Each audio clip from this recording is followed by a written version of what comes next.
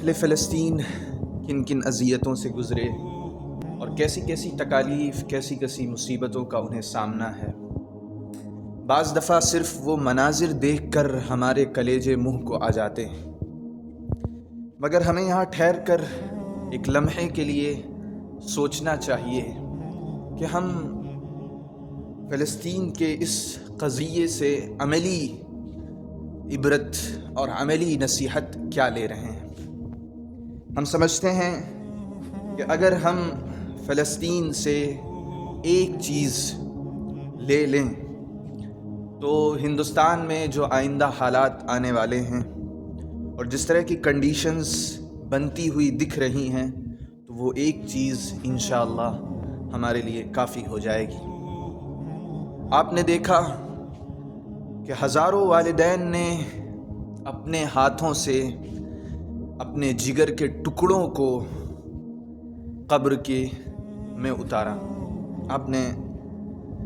اس کی بے شمار ویڈیوز دیکھی ہوں گی۔ تو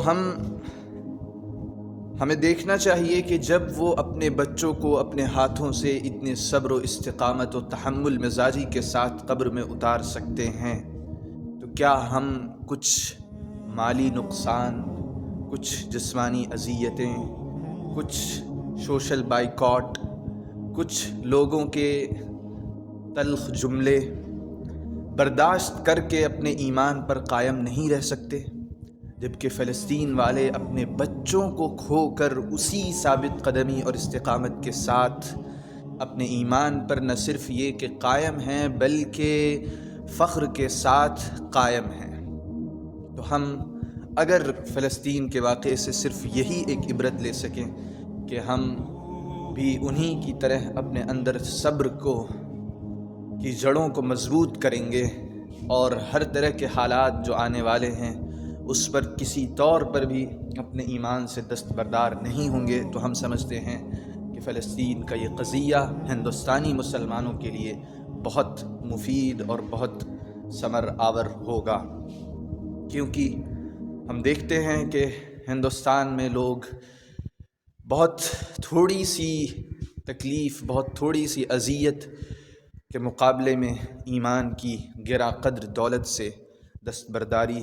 اختیار کر لیتے ہیں۔ اور یہ صبر کیسے مضبوط ہوگا؟ یہ صبر تبھی مضبوط ہوگا جب ہم آخرت کا ایمان اور آخرت پر اعتماد کو مضبوط اور مستحکم کریں گے، اور ایمان مضبوط ہوتا ہے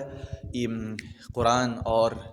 سیرت رسول کے ذریعے، لہٰذا ہمیں سیرت رسول اور قرآن سے اپنے ربط کو مضبوط کرنا ہوگا۔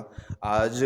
اگر غزہ ثابت قدم ہے تو اس کی ثابت قدمی کے پیچھے یہی قرآن کی آیتیں ہیں، یہی قرآن کے وہ جملے ہیں جو انہیں سخت حالات میں ڈھارس بندھاتے ہیں، جو انہیں ہمت دیتے ہیں، جو انہیں بتاتے ہیں کہ تمہارا سب کچھ برباد نہیں ہوا، تمہاری آخرت سنور رہی ہے، تمہارا گھر بن رہا ہے اور تمہاری عقبہ